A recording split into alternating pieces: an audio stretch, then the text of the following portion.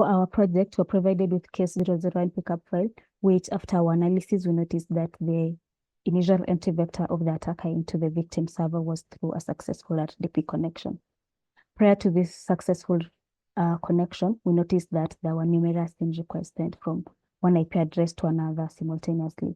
We were able to conclude that this was a brute force attack on the administrator's account, and we also concluded that the malicious IP address was 194.61.24.102, while 10.42.85.10 represented the victim server.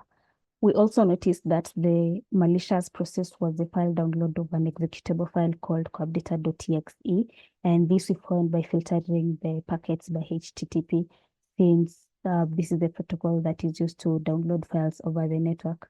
And this we were able to export objects, and after exporting the objects on the HTTP object list, we filtered the content by content types, and we concluded that the application X MSD program is the one that had the malicious file coupdata.exe. We can see that the malicious, this is the same malicious IP address that we had seen earlier, and also this is the name of the file that this is the name of the malicious file.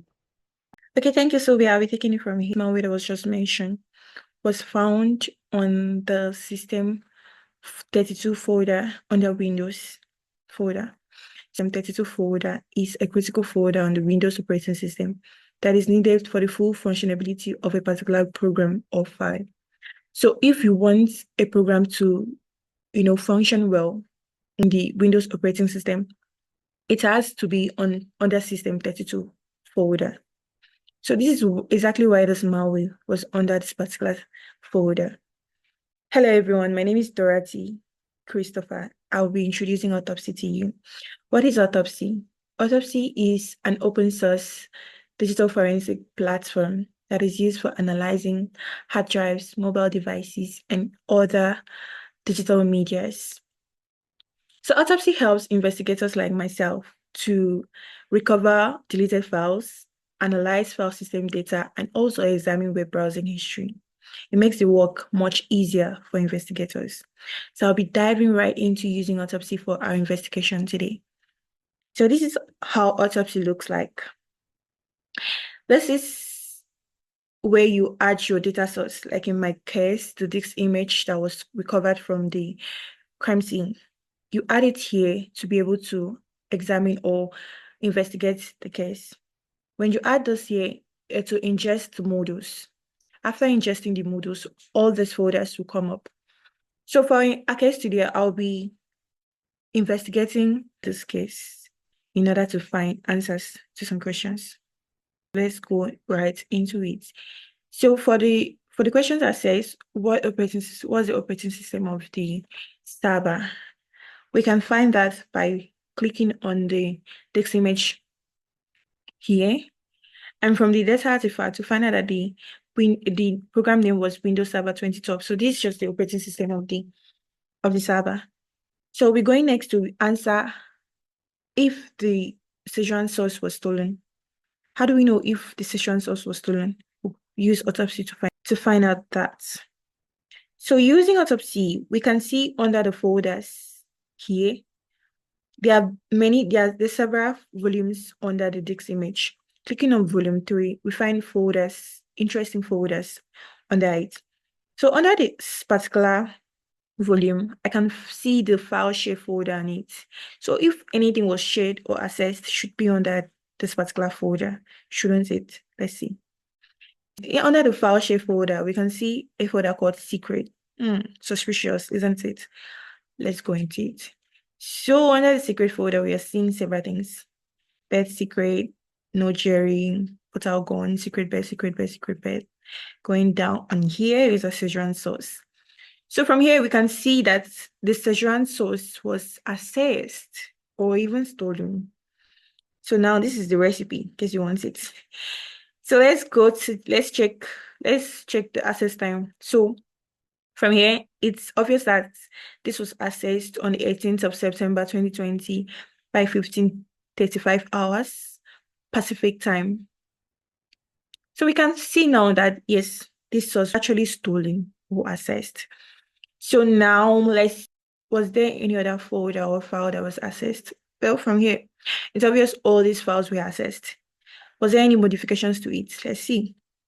So the secret birth folder here says, the text here says, earth birth is the real birth. Going up here, I found out there was a modification to this. It was changed to space birth is the real birth. So there was a modification. This is what using autopsy. Tamora, I'll be taking us through Registry Explorer and Aristotle as one of the tools used during the investigation. So first off, we'll start with Registry Explorer, which is a forensic tool that is used to analyze and explore window registry hives, allowing the user to examine keys and values. So for our question that asked, what is the local time of a server? You can be able to use Registry Explorer to load a hive, load it from the DC01 protected files that was obtained from the server, and navigate to the system. So upon navigating from the system, you can be able to view the following keys. So from the time zone information, we find from the time zone key name value, the Pacific Standard Time. This gives us the local time of the server. So this is a basic demonstration on the use of Registry Explorer to explore and analyze window registry hives. Used Aristotle to actually verify if a file is malicious. Yes, it is a forensic tool that is used to verify if any files are used for any malicious intent, where you can upload URLs, IP addresses, or domain names. So for our file carbdata.exe, which was obtained from Wireshark, as explained by our sister Sylvia, be able to generate a file hash, which will upload to Aristotle. So upon uploading it to Aristotle, we find that it has 64 out of 75 security vendors who flagged this file as malicious. This evidently shows that the file is actually and definitely malicious. And also from the behavior section, be able to see that it has two detections as a malware and as a Trojan. So this is another verification that the file is actually malicious. And to answer the question on if the adversary infrastructure was used for other attacks during the time of the attack, we can also search the IP address, which was then obtained from Wireshark. From the relation sector, we can see that it has quite a number of detections. So this also shows that the IP address was detected to be used for other malicious intentions during and around the time of the attack. So this is also another basic demonstration on the use of Aristotle to actually verify if a file is malicious or to analyze and verify if any IP addresses was used for any malicious intent. Thank you. Hello, my name is Helena Mudhoni, picking from where my sisters left. Dorothy having said quite much about how to navigate on autopsy tool, for me, I'll just go straight to the desktop artifacts, and so we'll click on data source, and when clicking on this one, and then you click on the desktop image, under data artifacts here, we'll get to see the operating system of this desktop. And then getting to answer the question about the network layout, we'll expand this particular image, and under volume 6, we'll expand volume 6 as well. Then we navigate to Windows right below here, navigate to Windows, and then we'll go to System 32. We expand that as well, and expanding System 32 under config here, we'll click on this, and on System under config, here, we should be in a position to see the network layout. So we'll click on Control Set 001, then navigate to Service, and then under Service, we'll go straight to TCP IP. They have been arranged with letters, so it can be quite easy to find it, which is below here. And then we'll navigate to parameters, then we navigate to interface. On this particular folder, we'll get more information about the subnet mask, default gateway, the IP addresses. This gives us the network layout, and then we'll now navigate to see when is the last time the adversary was in touch with this particular system. So we'll go straight to Win event, which is below here, Windows event, which is right here, and then we'll click on logs.